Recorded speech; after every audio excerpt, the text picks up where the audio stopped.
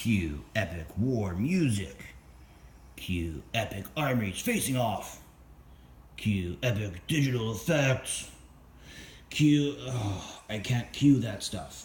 So I'm just going to use what I've got and teach you how to play Warband, a fantasy tabletop miniatures game written by Stephen Hardy and published by Pendragon in the UK. This is a 10mm game, and you can buy these 10mm figures from Pendragon. You can also use other scales. You can use whatever you want, like any game. Just have fun with it.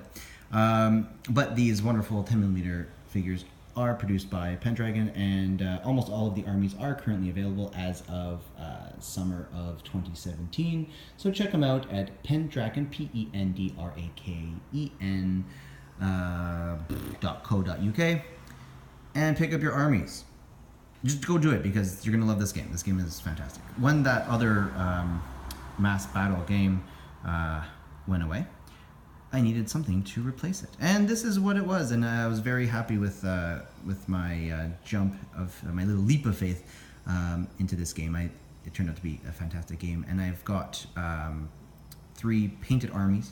I'm painting other armies for other people. I've got another army waiting to be painted. And while I did take a little bit of a hiatus over the last little while, I am back again, and I'm really excited to be playing this game again because it is a great game. Disclaimer, Pendragon does not pay me to say any of those things. They did send me a rule book with one of my orders so I could use it to teach the game because I've been teaching locally, or had been. But yeah, I bought all these minis, and I love this on my own. So kudos to Pendragon for what they've done, and for Stephen Hardy's awesome rule set. Yeah, it's a great game. It's going to play in just a couple of hours. Once you know the rules, a standard 500-point game will take you just a couple of hours, and I think that's fantastic. Definitely what I was looking for in a game like this. Again, 10mm figures. The basing that is standard is 100 by 50mm. I'm using 60 by 30 for 2 reasons, at least. Number 1, smaller table. So instead of using a 6x4 table, I can use a 4x3 table. So if you only have a 4x3 table or even a 3x3 table, you can actually play this game on 60 by 30 bases. A little squished, a little substandard width-wise if you play on a 3x3, but a 4x3 is perfect.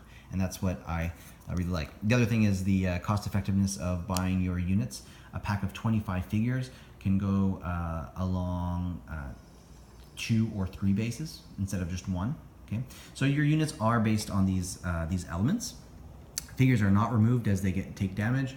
Their morale will be lowered as they take damage. So yeah, no need to worry about removing figures. Just need markers, which I'll get to in a sec. So what do you need to play? Well, you need your armies on their bases. Again, I recommend, or at least I am using 60 by 30. I do recommend it actually. I think it's good. The 100 by 50, they look fantastic. Really chunky, and get a lot of figures out on the bases, but this is the way I went, and I'm happy I did so. Other things you need: dice. In this game, you're going to be rolling dice based on the statistics of your units, which we'll get to in future videos. But know now that when you roll dice, you are looking for 4s. Haha, 3 hits right here. So say that was a very big attack, 5 dice attack. I got 3 hits.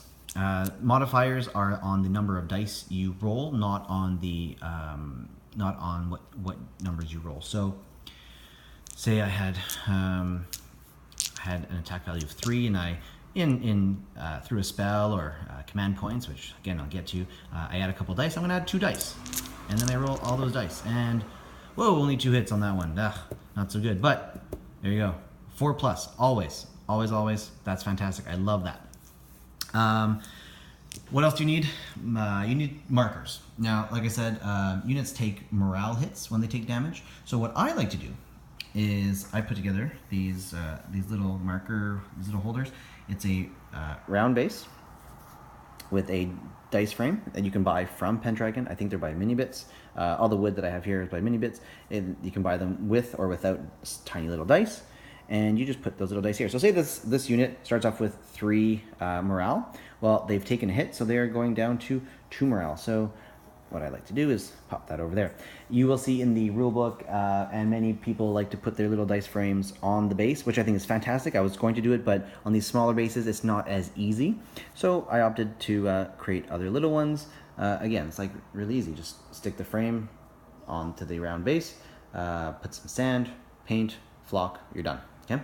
Another thing you need markers for, how many hits a unit takes. Now you can buy all these markers from Pendragon, again by Minibits, little wood ones, fantastic. I like little markers that you slide right behind your units. But what I like to do, and what we do, is we use these little cubes. So if this unit takes 3 hits in a turn, it's going to take 3 hits. We pop those hits. If they've taken a powerful hit, which is an extra strong hit that actually lowers their defense or their protection, we'll add that. So they've taken, let's say it's 3 hits, and one of them is powerful. At least one of them is powerful, so this is going to be a 3 hits that this unit needs to defend against.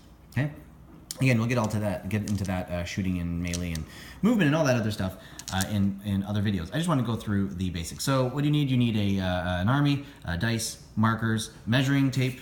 What I like to use, because the game uses base widths as measurements. So in this case, our measuring increments are 30 millimeters, or no, sorry, 60 millimeters, or 6 centimeters.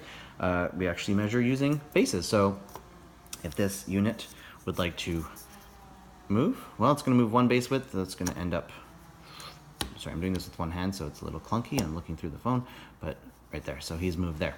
You can, of course, use measuring tape. We have measuring sticks where we've marked out these increments.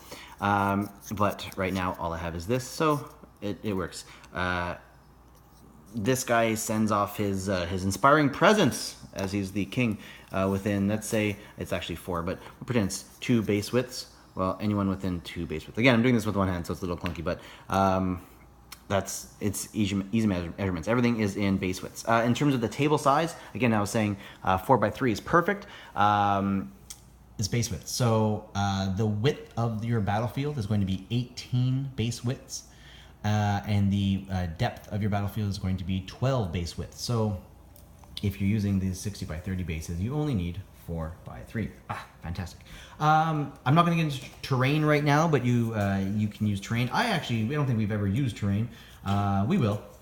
We played a bunch of times, but we haven't used terrain. I generally don't like terrain in these kind of games, but you have area terrain. So like, say there's a forest that's about that big, but some trees on there, or hills are going to be crevices, streams, roads, all kinds of things. They're all about how wide and long they are. So terrain is a thing in this game.